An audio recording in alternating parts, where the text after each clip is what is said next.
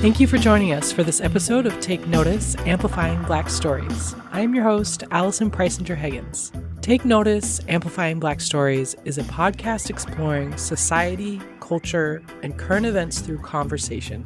We aspire to create an open, respectful, and equitable space where guests may feel free to share their truth and lived experiences. Our core values are rooted in community, connection, and personal development.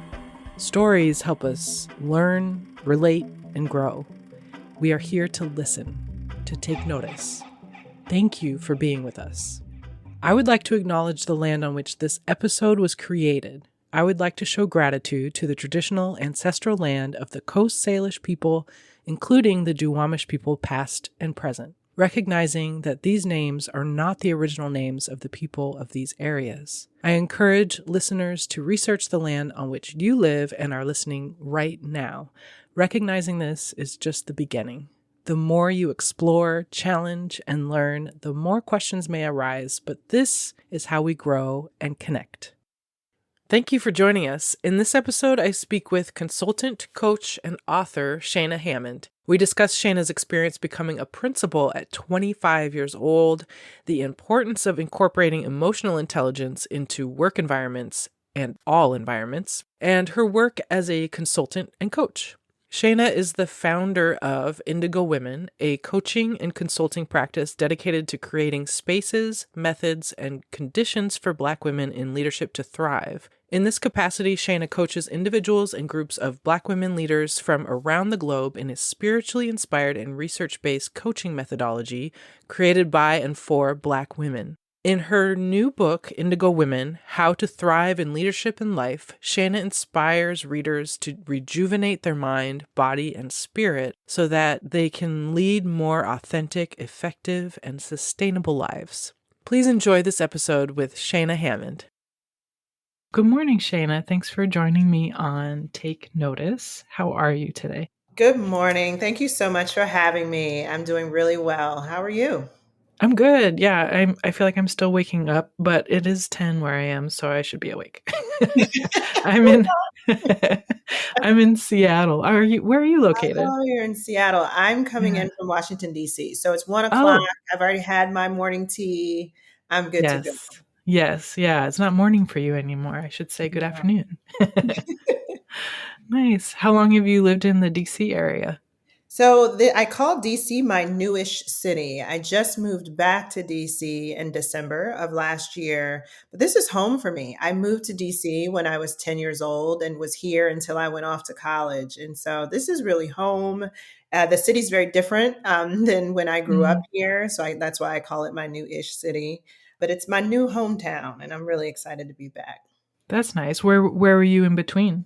So in between, I always kind of tell the story that my introduction to school and race happened in those kind of formative years, 1 to 10. So I was actually born in Detroit, and my father got his first job in what's called Pinckney, Michigan. I don't know how familiar you are with Michigan, but Pinckney is a very rural town in Michigan. And I'm sure we were the only and first Black family probably to move to Pinckney, possibly the last. And we were there for not too long. I had some very confronting, experiences there. I'm sure my parents have their stories as well. But we were there until he was able to secure his next job in Okemos, Michigan, which is more of your suburban town right outside of Lansing, Michigan. And so we were there from the time I was in first grade to fifth grade. And then in the middle of fifth grade, I moved to Washington, D.C., and it was definitely home. And I felt at home in a way I had never felt at home before. And so definitely claim D.C. as home. 1 to 10 is like the most formative parts of our section of time of our lives. So I can imagine that might have been a lot to still deal with or like go through and sort out. What was your dad doing? What type of work was he doing?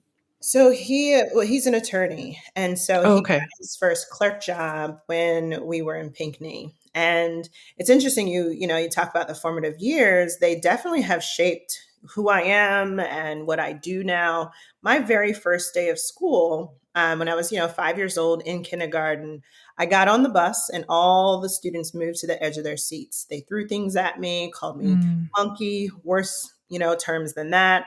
And the bus driver did nothing. And I spent the ride to school swaying up and down the aisle with no one, saying anything. And I didn't know Oh. why the other students didn't like me. And so my father had a conversation with the bus driver the next day. And I, after that day, had an assigned seat behind the bus driver, and no one sat next to me for the entire school year. So Oh. my introduction to school and race was very dramatic. I remember it like it was yesterday. And it definitely also informed what I do now. I mean, I went into teaching first, became a very young principal in Baltimore City, Mm. and now lead two organizations. One, Lead for Liberation, where we talk about forming workplace cultures that are liberatory. And then, of course, Indigo Women is a space for Black women in leadership to thrive, where Mm. we focus on coaching and really focusing on Black women coming back home to their purpose and to their core and Mm. adding that to their leadership ethos. Wow. Yeah, I can imagine that that's a deep connection to what you've gone through to try to help other folks have Mhm. other people have a better experience in all environments, it sounds like. Exactly. You got Yeah. Yeah. How would you say, so I mean maybe it's obvious, but in your experience, how was it different moving to DC? What did you experience that felt more like home? I mean, it might be obvious, I mean, compared to not having, any kind of reception when you got on the bus into school, but Exactly. mhm. I mean, it was the first time that I had friends, family members, and then teachers who looked like me. I had my first Black teacher in fifth grade, Mr. Beasley. He's heard me tell this story. Of course, like most teachers, he had no idea what real impact and deep impact he was having on me at the time. Mm. But he was the first person to really see me as a human, definitely first teacher to see me as a human. And he had this practice in his classroom where he had two non-negotiables, and one was we had to journal every single day. He Mm. had thought-provoking, prompts each day. I'm a journaler, avid journaler to this day, probably because of that experience. And then two, he was very adamant about us reading the newspaper every single day and writing a report, and a full report at the end of the week covering various viewpoints. So not just what we felt about it, but various viewpoints before saying, okay, this is what we actually think about what's going on in the world. And I remember in one of my journal entries, he wrote something to the effect of, you're a budding leader or something like that. And Mm. I was shocked that he wrote that because at that time in my schooling, I was very quiet. I had experienced a lot of implicit racism, explicit racism up until that point. And so my mechanism for surviving that kind of environment was to become invisible. And so Mm. I didn't really talk that much. I became hyper vigilant about my environment. And I remember asking him, I said, you wrote that I'm a leader. Why did you write that? And he said, it because Shayna, I see what you write about and I see how you treat people. And in that moment, my whole kind of paradigm around leadership shifted and it expanded as well into not just kind of what you do and how many people have their eyes on you, but more so about how you treat other people and how well you're able to hold multiple viewpoints at the same time. Yeah, absolutely. Yeah, being able to see all different sides, but Hmm. also be firm in how in your stance Exactly. on different topics. Yeah. And Mhm. so young, that sounds like an amazing teacher and Yes. amazing projects to be able to do consistently. So it's not like Mhm. you did a journal entry for like a month and then you moved on to something else. It was throughout the year. It was every day. That's wonderful because that helps figure out how to create lasting habits and positive habits, it sounds like. So and so young. That's wonderful. That sounds like a really great shift from, I mean, if like a probably just mind altering shift It at really that was. age.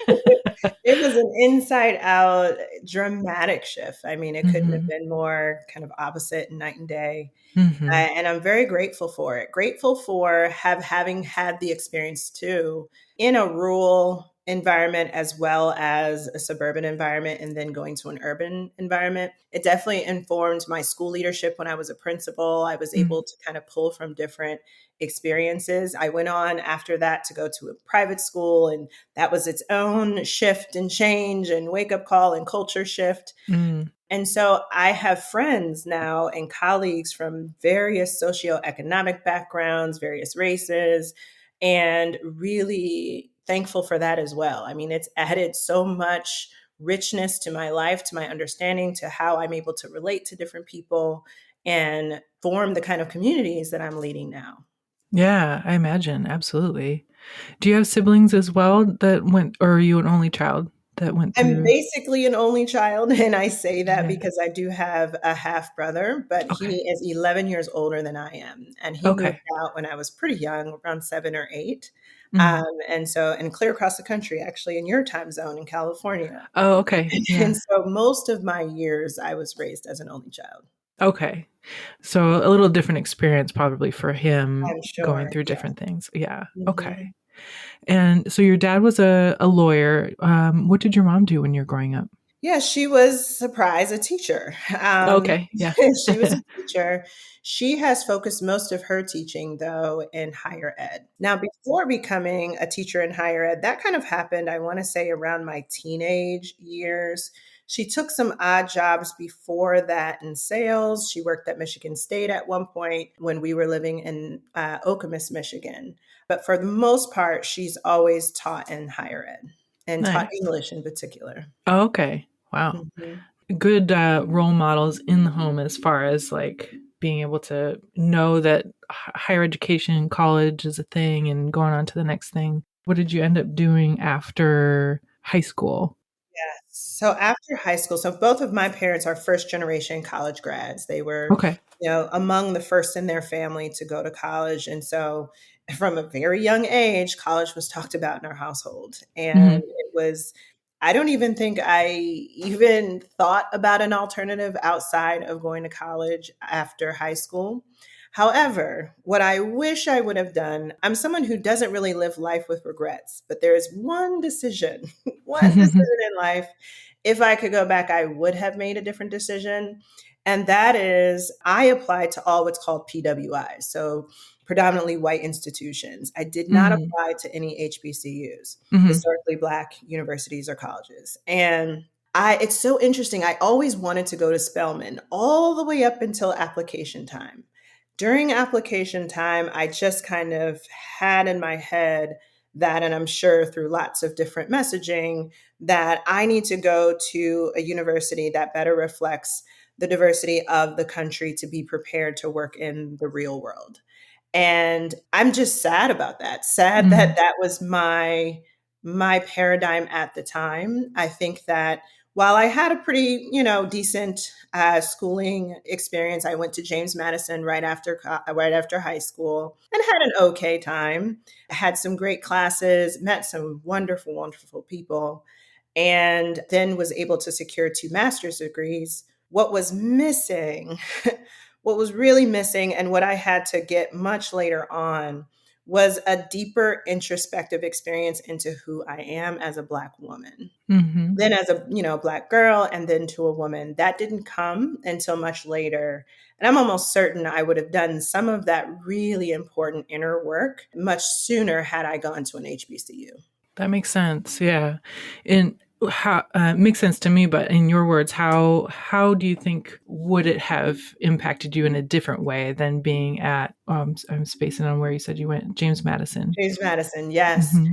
I mean, so much of what has to happen for a lot of people of color, and particularly for me in my experience, I experienced a lot of microaggressions and spent Right. a lot of emotional labor on top of cognitive labor that I was there to do. There was additional emotional labor around really explaining to people who I am and what I'm about, and navigating when to advocate for myself, how to interrupt different microaggressions, when so much of that time was spent, lack of better terms, on defense I Mm-hmm. wasn't really able to play offense and really think about, okay, spend these years thinking about who I am, the impact I want to have on the world. I still did those things. Right. It was much more laborious. It was much more steeped in frustration than joy. And I believe our birthright as people, as humans, is to be in a state of joy as much as possible. I talk about that all the time in our programming, Mm-hmm. but I wouldn't describe my experience at all as joyous. And when I talk to my friends and family members who went to HBCUs, their experience is completely different. Mm-hmm. While, of course, they had their own set of challenges, they were able to spend time really loving on themselves and the people that were there, and came out with a kind of confidence and a centeredness that was really hard for me to gain at the institution I was in. Mm-hmm. That makes a lot of sense. When you feel like you have to be on defense all the time, you're not able to just be relaxed and in your own and just be. You're on Exactly. defense all the time. Yeah. Exactly. I can understand that. Spelman is that's an HBCU. You mentioned It Spelman, right? is Okay. all women. Hmm. Oh, it is. Okay. It is. Where's that? So that is in Atlanta. And Okay. I'm laughing because it's like history kind of repeating itself, I guess. I've told this story to my children. I'm also a mom. I have an Mm. 11 and 12-year-old. And my 11-year-old is my girl. My 12-year-old is my boy, Judah. And Joelle has been saying since she was very young, she's going to Spelman. Oh, okay. Yeah, so we've talked about a lot of different colleges and universities. She's like, no, I'm going to Spelman. If you ask her, she's going to Spelman. So I'm hoping that sustains itself all the way Mhm. through the application process, and she's able to become a Spelmanite. Nice. Yeah, Yeah, that would be wonderful. Yeah, yeah, she knows early. That's great. she knows very, very early. So we'll see. She's only 11. Sure. Yeah. Lots can happen in that amount of Yes, time, but yes. you never know. That would be Never wonderful. know. Hmm. You said that you also went on to get two master's degrees. I did. How did that happen? Yeah, so the first one, so in college, I majored in kinesiology and I Mm, double minored in business and English. And I didn't know what I wanted to do for the sure. first 3 years. I knew what my passions were though. So I have a passion for sports, which is where kinesiology comes from. I've always been an athlete. I'm an athlete to this day. Mm, And I have always had an entrepreneurial mind, and been fascinated by business. I'm really close to a cousin of mine, started her own business with her husband, really successful business. And so was very much influenced by them. And then double minored with English with thinking about teaching in mind, because I do also have a passion for children. I love children. So I kind of just threw everything at it. yeah. And I heard about Teach for America my senior year. So this is 2002. This is when Teach for America was not necessarily a household name. I didn't know what it was. I just kind of heard some folks on campus talking about it. And then once I looked into the mission was all around teaching in underserved areas, primarily Black and Brown children. I was like, oh, that's exactly, what my passion is. Sign me up. So I did Teach for America in Baltimore, and as a part of that, they had a partnership with Johns Hopkins to also get a master's degree in the art of teaching. And Mm, so I got my first master's in the art of teaching, and I got definitely bit by the teaching bug. I love to teach. I was teaching third grade, all subjects, of course, channeling Mr. Beasley all the way. And I just will never forget my first day of teaching. And even my first year may have even been my best year. I mean, it was mm, really magical in a lot of ways. I met with every single parent before the school year started. I had so much information going in, and we had a phenomenal year, a phenomenal 2 years. And while I was doing that, I was getting my master's all the while mm, and learning just a lot about the profession, and was able to, my students did really well. And I was like, oh, this feels like I'm at home.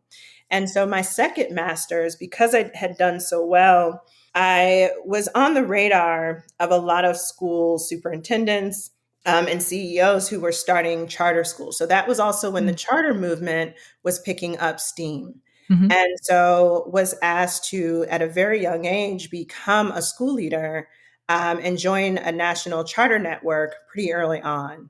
So joined that and was flagged for leadership very, very soon. And as a part of that program, as the principal prep program, I joined another master's degree program for master's in education with a specialization in administration and supervision. So I became, with that second master's degree, a principal at the ripe old age of 25. Wow. Yeah. Wow. That's amazing. And all that schooling and all that experience just at 25. That's awesome. I would say I felt Yeah. like I had turned 40 that year. Right. I At imagine. A lot was packed in. a lot was packed in. Wow. And how was your experience being a principal versus being a teacher? Did you enjoy it as much, or was it just so different there's no comparing? Or I didn't enjoy it as much. I Mhm. would say that I often say that I had my first teacher year experience as a principal. So most people, when they talk about teaching, they kind of dread talking about their first year. It was really hard. Mine was the opposite. I loved teaching right away. I, found success in it, found joy in it right away. Mhm. School leadership, not so much. So, school leadership is when I really did experience, especially in that first year, my first kind of set of challenges in education. And because, of course, I was 25, I was leading people who were more than twice my age. Oh, sure.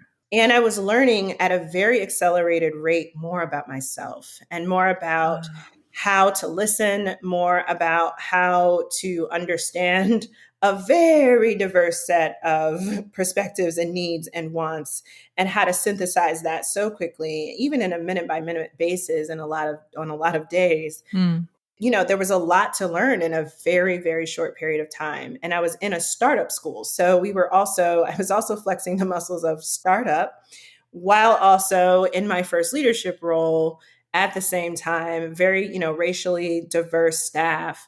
And so I found it much more challenging, much, Mm. much, much more challenging.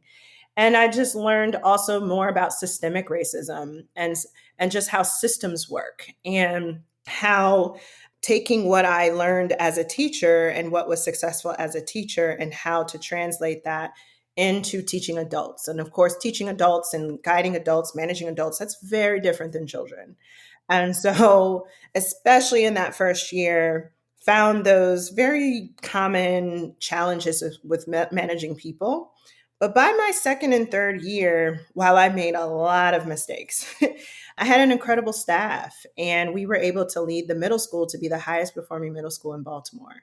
So I was Wow. really excited to still, even though I fell on my face plenty of times, I was able to get back up and really learn from my mistakes in very, very public ways. And that's why I'm grateful for that time as well, because, something I always say is if you can lead a middle school, you can do anything, I can imagine. anything in life. Right. There are very few leadership roles where you are held accountable by such a wide range of stakeholders. I mean, from Mm.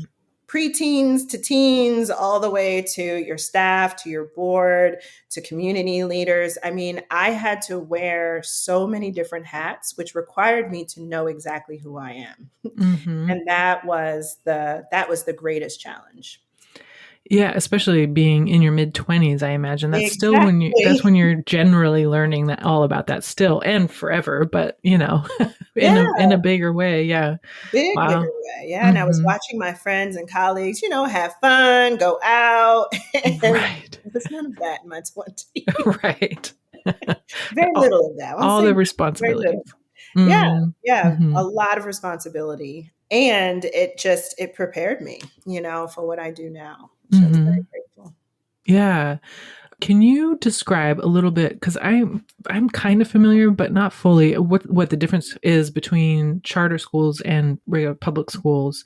I know a little bit about it, but not that much. Yes. So traditional public schools are governed by larger school district, and of course, a school district's board, if you will. Mhm. And the school district's central office makes decisions around curriculum, makes decisions around budgets and how budgets are allocated, et cetera. And in charter schools, basically act as their own school districts, if you will. Okay. Charter schools, they're still public. There's, not school tuition.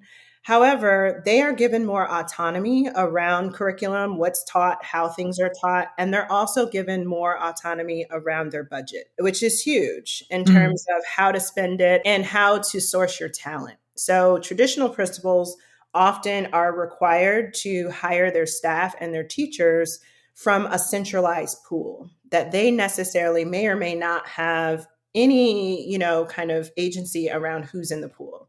right. Whereas charter principals, and where I was as a charter principal, I had autonomy around how I sourced my teachers, even around the process for hiring. Also, many charter schools also have autonomy around firing teachers, whereas in traditional schools, you don't have that kind of autonomy. Mm. And so, charters, the level of autonomy does vary from state to state, depending upon the charter law in each state. Oh, okay. Yeah, in Washington State here, I feel like I don't know, there's some kind of controversy around it, but I'm like on the very outskirts of knowledge of any of it. So there's Yes, something very about it, but I don't know. controversial. Yeah. It's very controversial because, as you can imagine, with more autonomy, sometimes can mean less accountability, which then can Okay. mean, folks aren't doing right by kids and adults, right? Okay. So it's really important to be in a place where the charter authorizer, the authorizing body, has a process in place for accountability, and that charters are still held to extremely high expectations for student outcomes and for the student and parent experience within the schools. But as you can imagine, that varies from state to state, that varies even from city to city and school to school. Yeah, right. And so there's a lot of debate, a lot of discomfort around how that's handled in different states, as Mhm. well as budgets. It depends on which state you're in. Sometimes the full allocated, federal kind of amount per child goes to a charter school. Sometimes only a certain percentage follows the student to a charter school. And so Mm. for some people, they may think, well, that's not fair. There are dollars being taken away from the public district to a charter school when that money could be used for central office to better support the students who aren't in charter schools. So Oh, I see. again, it depends Right. state to state. It can get very sticky in different states. That makes sense. Okay. Yeah, thanks for explaining that a little bit. Mhm. So, how long did you stay as a principal and what transitioned you from that role? Yes. So I was in the principalship for 3 years and then worked for this traditional school district in Baltimore Okay. City for a year, supporting other, well, what we called them then, they were called transformational schools. So Oh. these were schools that were still traditional schools. However, they also did receive and did have a little bit more agency around how they spent their money within their budgets. And because Mm. I myself was a charter principal, I naturally went to that office to support those principals. So I did that for a year, learned a lot. Again, more and more systemically, like, my eyes were getting bigger. Now I'm not just kind of looking at one school. I'm now looking at a district of schools of about 80 schools at the time. And then went on to got recruited back by the national charter organization that I worked for as a principal to train what's called their teacher leader cohort, their national cohort. So I trained Mm. nationally teachers to become principal. So once again, my kind of purview got wider, and I started thinking about, oh, what does this mean on a national scale? And what I kept noticing, in that trajectory, and I did that for 3 years, where I was supporting districts and supporting school leadership from a district lens. There were two really important competencies that kept coming up as gaps for lots of leaders I was noticing, and other folks in the sector were noticing this as well. One was cultural proficiency, racial equity, huge gap in those years. Mm. And then two, emotional intelligence, which I believe, and I've always said that emotional intelligence is the muscle that we're flexing when we're leading people who are different from us. It is foundational to all racial equity liberatory work. And I kept seeing different programs lacking, expertise and lacking understanding and philosophy around those two very fundamental skills. And so I started in 2012, I started Lead for Liberation. It used to be called Teach to Lead. It's now called, we rebranded recently to Lead for Liberation. And I focus first on schools. We focus now on foundations, nonprofits, even some for-profits as well, and of course school districts. But first, I, of course, started with what I knew, and I started with school districts first. Mm-hmm. I'm just curious your thoughts around emotional intelligence, because that's something that at least I'll speak for myself. I don't know that I was aware of that term or even that idea until the past few years. And so, like, digging into that, learning more about that, it's so important though. And it's such a, like you said, massive for leadership and massive in general. Yes. So what are your thoughts around that? And how did you kind of, what's your experience learning about that and bringing that into your business that you started?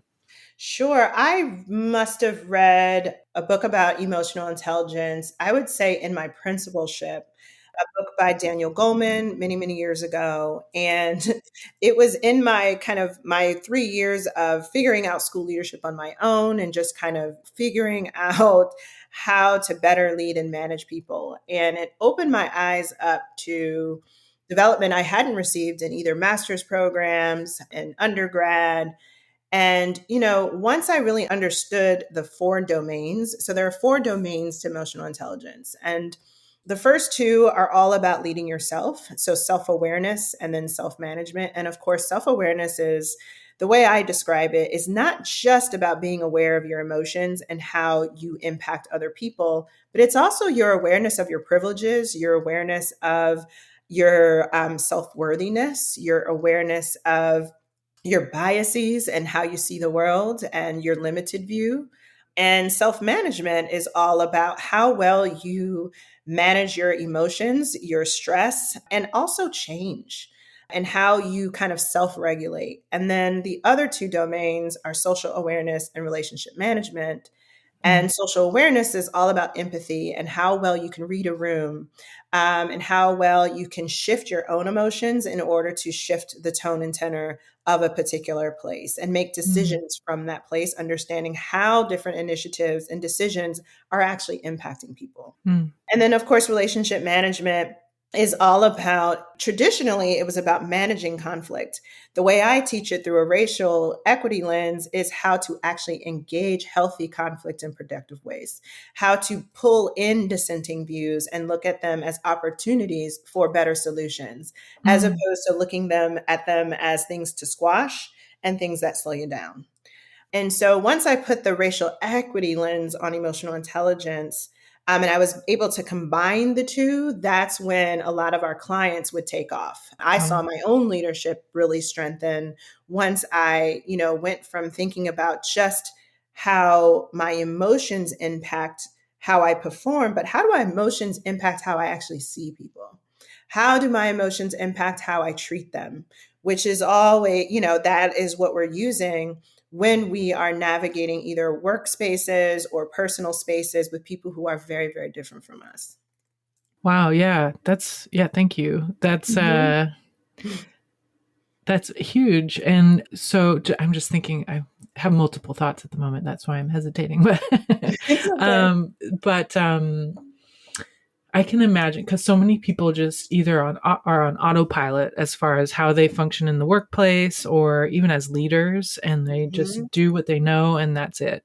And so I feel like that causes so much indifference or conflict Yes. or things like that. And so to be able to pull that in, and the self-awareness is key, and to have something that's tangible that people can look at and not have it be, I don't know, well, you think that, so I guess you do that. But it sounds like you have created something that people, that foundations or nonprofits, what have you, can look at and you utilize as a tool to Yeah. move their whatever they're doing forward in a positive way. That's amazing. Thank It's you. so important. Yeah. Thank you.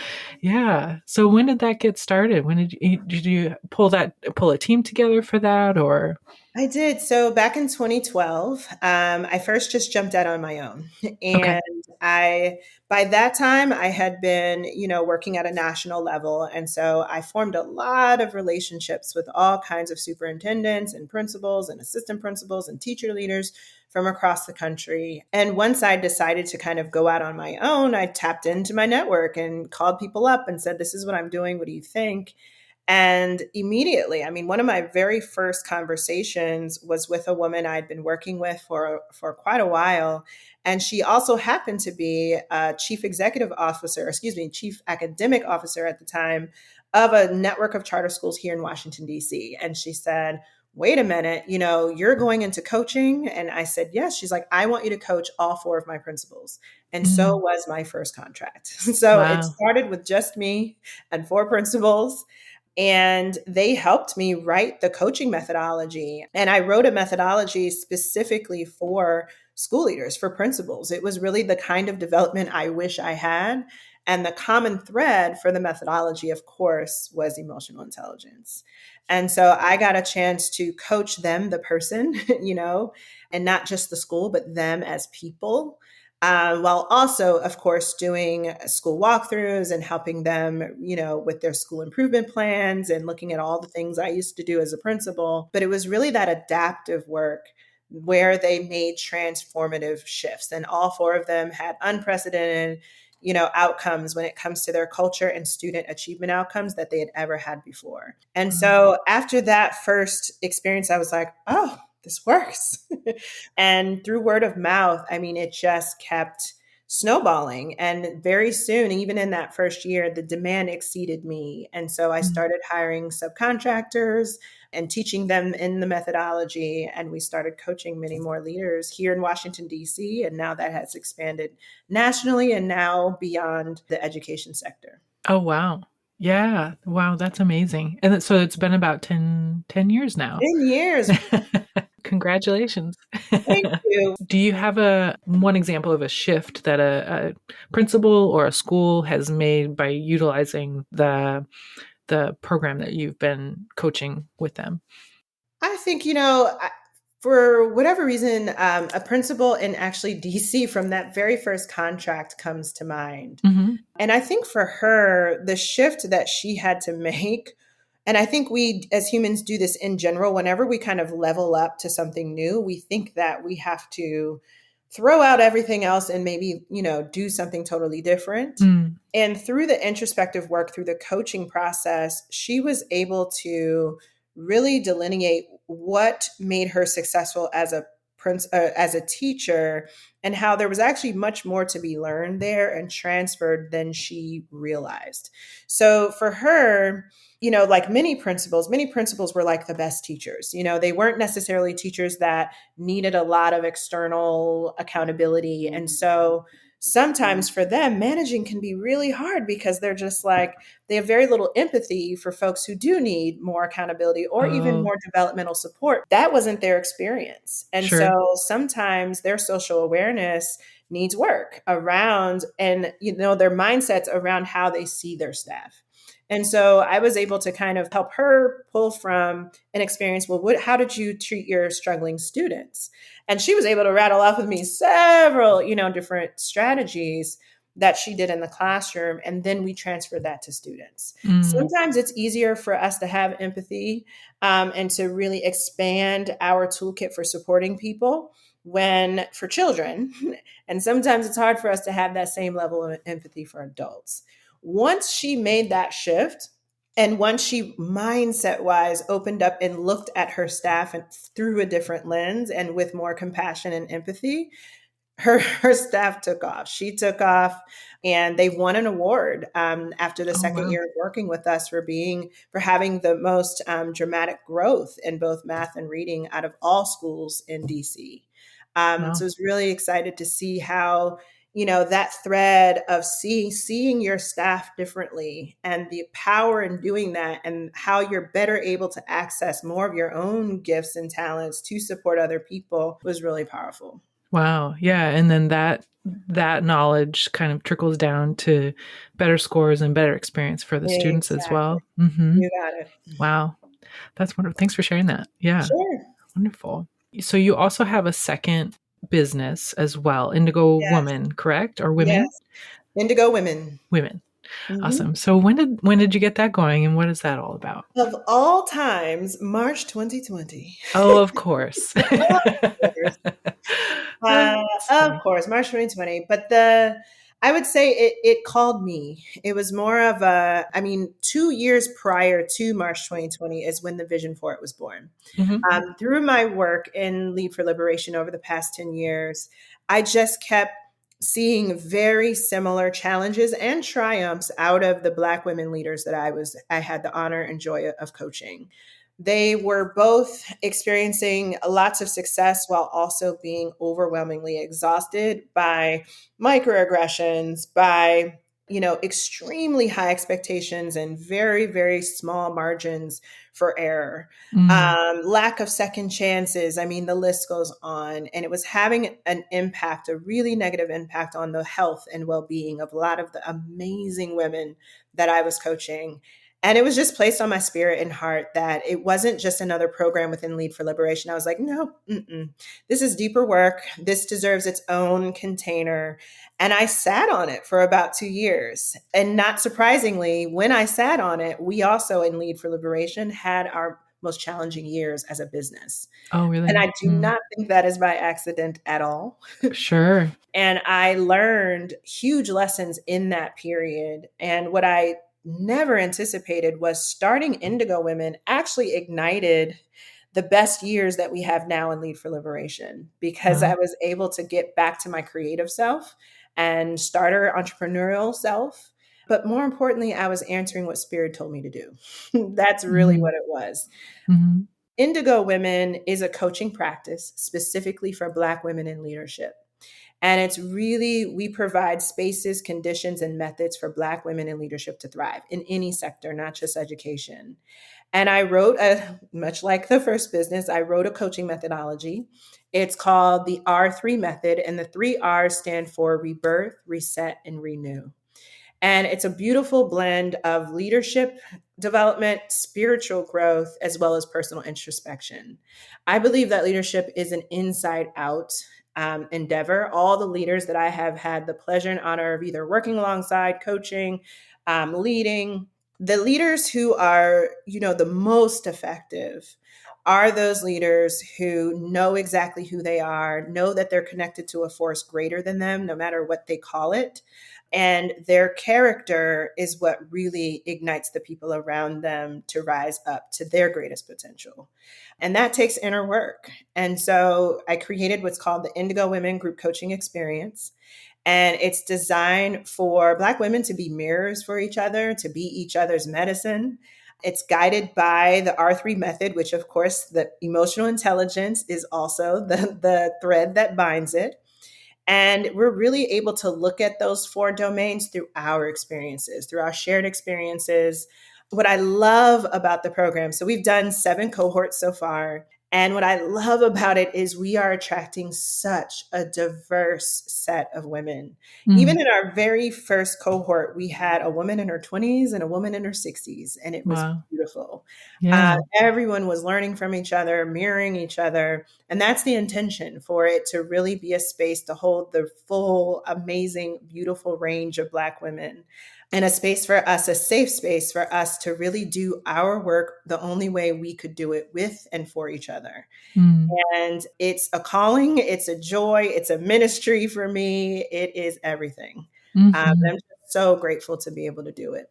Wow. Yeah. So the cohorts, since you started in 2020, were they all virtual or? Yes, Yeah. they were. And what's so interesting about that is I had already made the decision for much of the work at Lead for Liberation to be virtual. Okay. I had no idea the whole world was going to be virtual. And that just kind of worked out at the Yeah. Yeah. exact right time. And like most virtual experiences, what's beautiful about that is the diversity of people that we're able to reach that we would never have been able to reach otherwise. Right. And so I'm just really grateful for that. There are so many things to grieve about the pandemic space that we're in right now. But that is something I can be grateful for. Hmm. Yeah. Some silver linings have come out of it for Yeah. sure. It's kind of been Hmm. a whole entire reset in itself in a way. Yes, it has. Yeah. So that means you probably have women coming in. Is it still virtual? It Sounds is like. still virtual, Yeah. yes, and the intention is for it to continue that way. So it's Wonderful. a 9-week process. We meet weekly for 9 weeks, and we it's organized around the 3 R's: rebirth, reset, and renew. Part of the rebirth process is really coming back to your purpose, or your purposes. Many of us have more than one, and they evolve over Hmm. time. And I have a whole framework that really helps women gain a lot of clarity around that.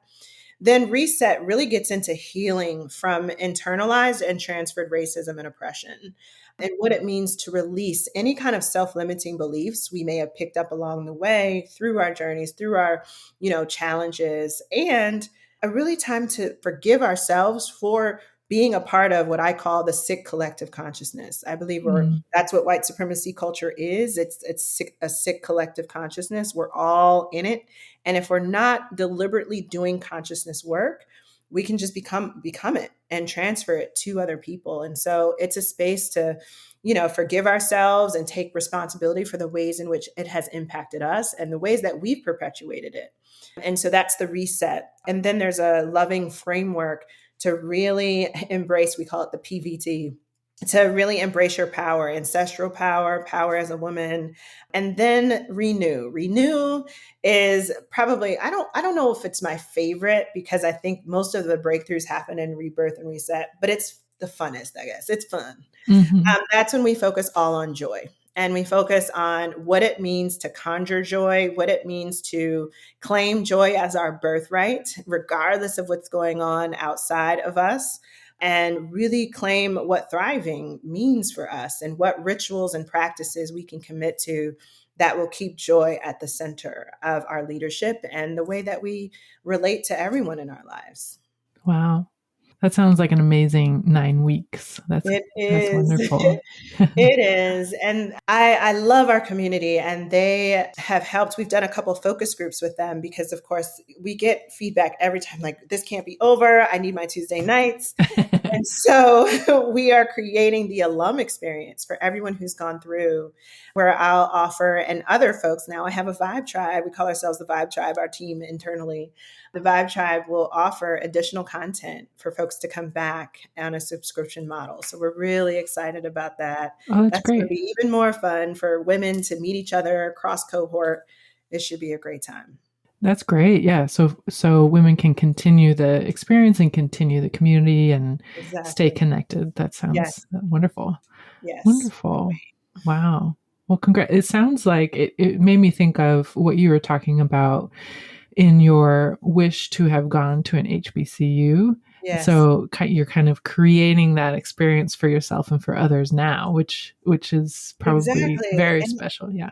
yeah, and it wasn't Hmm. conscious. I Hmm. didn't even realize it until another woman reflected it back to me, who went to Spelman and said, I haven't felt like this since my Spelman experience. Oh, wow.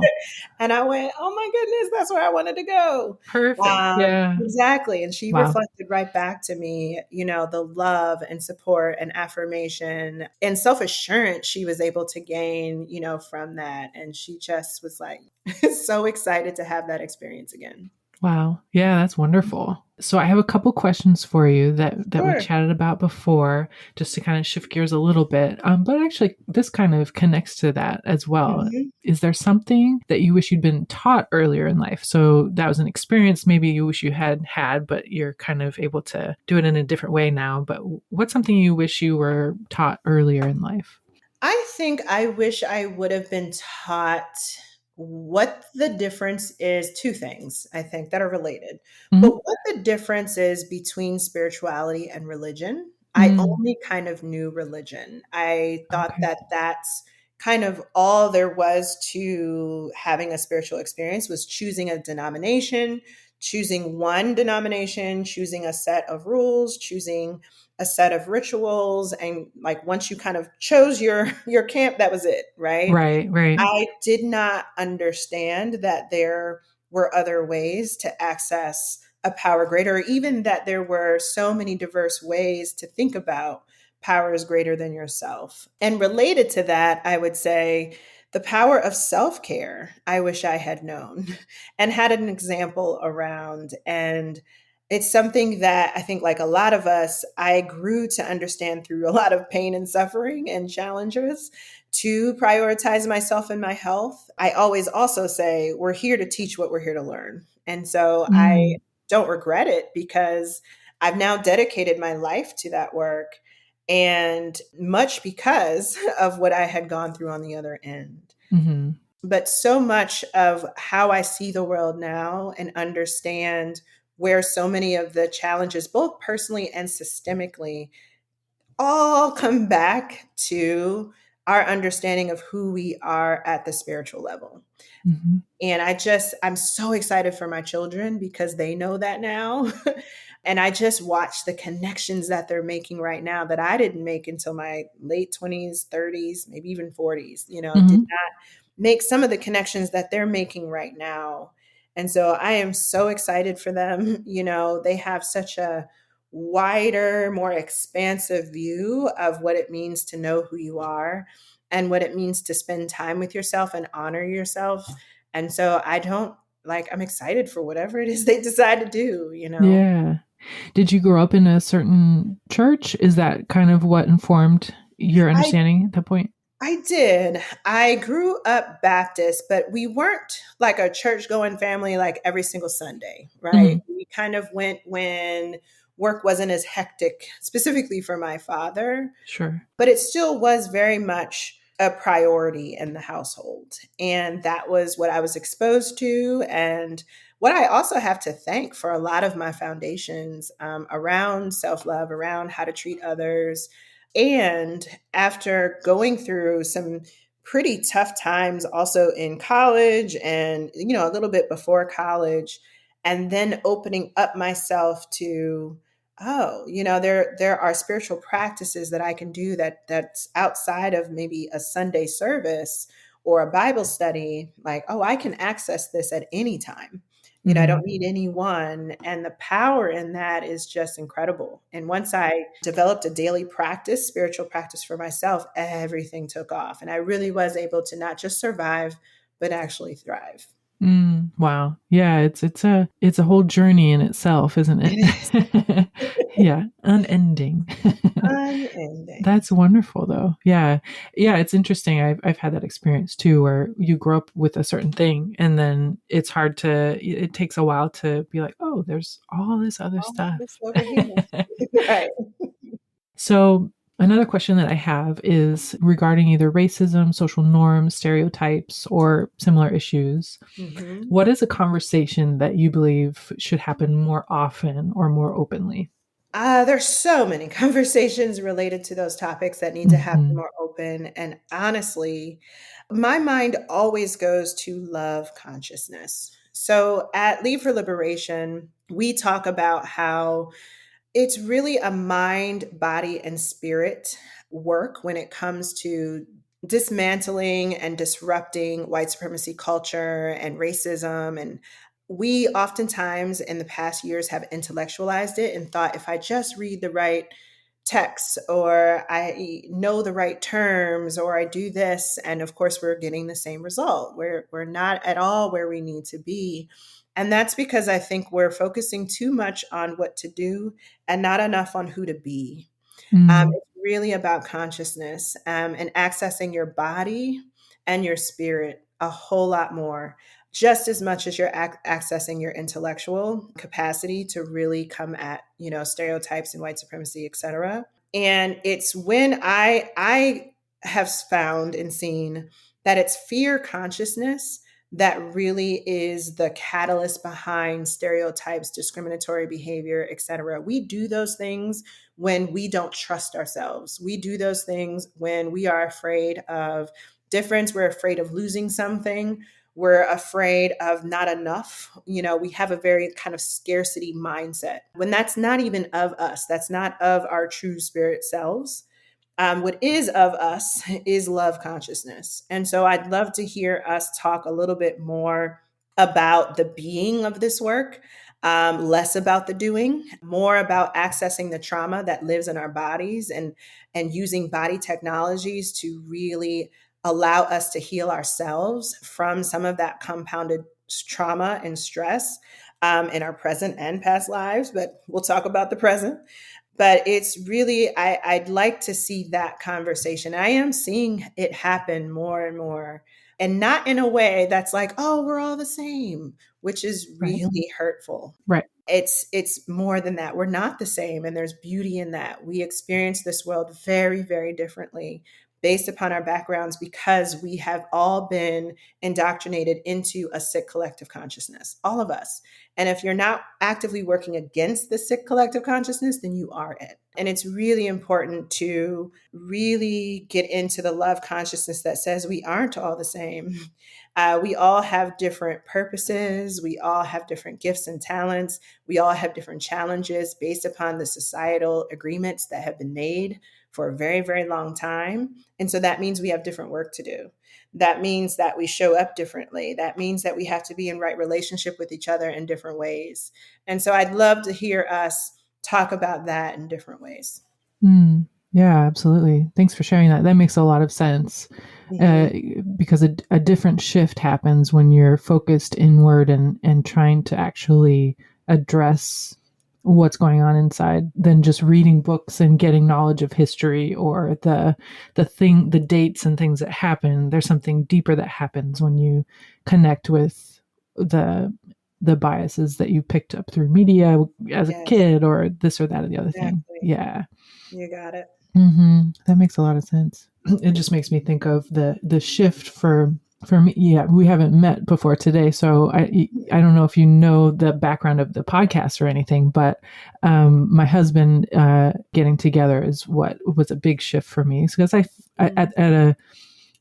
for a while I felt like I was aware of things, but I have privilege and I don't need to, I didn't need to know all the things or dig into it other than college and being in different jobs and things like that exposed me to things. But when he and I got together, we would experience things together. He's a Black man from South Seattle and had a lot of experiences of his own that I remember not even being, I remember being in disbelief of, because I was not aware. And then saying that now, I'm like, what was wrong with me at that time? I should have just believed him, so, and then we grew through that together and all of the different experiences and things like that. And then of course this podcast came out of that in some way or the other. But my point, I guess, is connecting with someone personally that's had a different experience on a deeper level than just assuming anything can make a big difference in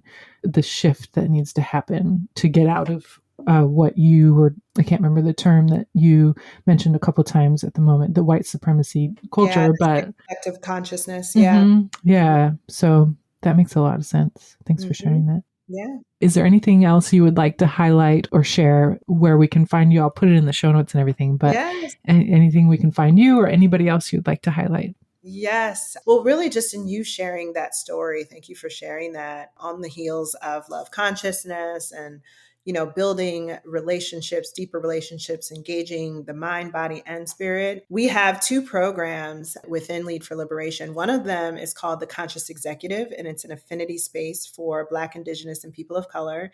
12 weeks. It's virtual as well, and aimed at two things, both, of course, healing from white supremacy culture, but also to co-creating a liberatory culture within the workplace. And so we work with executives, folks who are in the talent world as well within their organizations.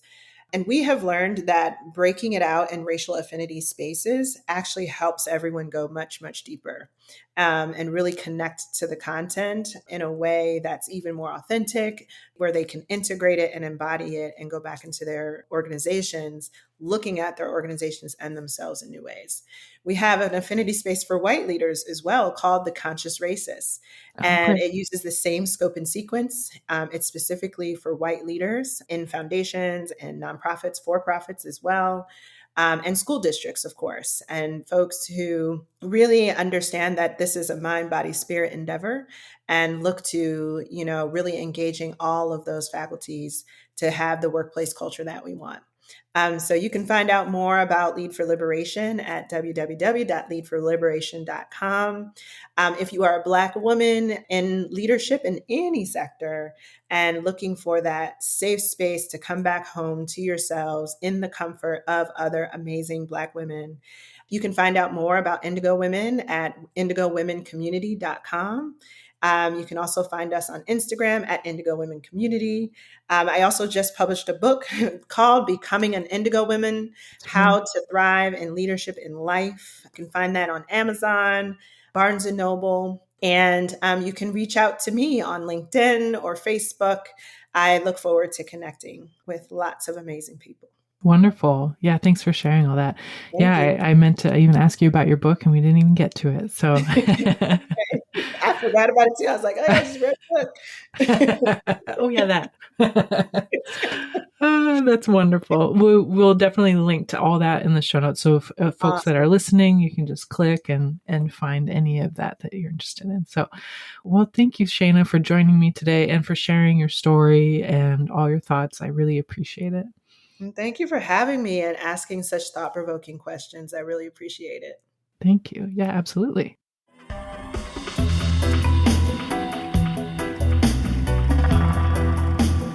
Thank you for joining us for Take Notice, Amplifying Black Stories. Connect with us on social media. We are at Take Notice Podcast. You can also find us at www.takenoticepodcast.org. And if you're interested in being a guest, please reach out. You can email us at takenoticepodcast@gmail.com. Take Notice, Amplifying Black Stories is produced, hosted, and edited by Allison Preisinger Higgins. Music by Version Big 5 featuring Darius Higgins.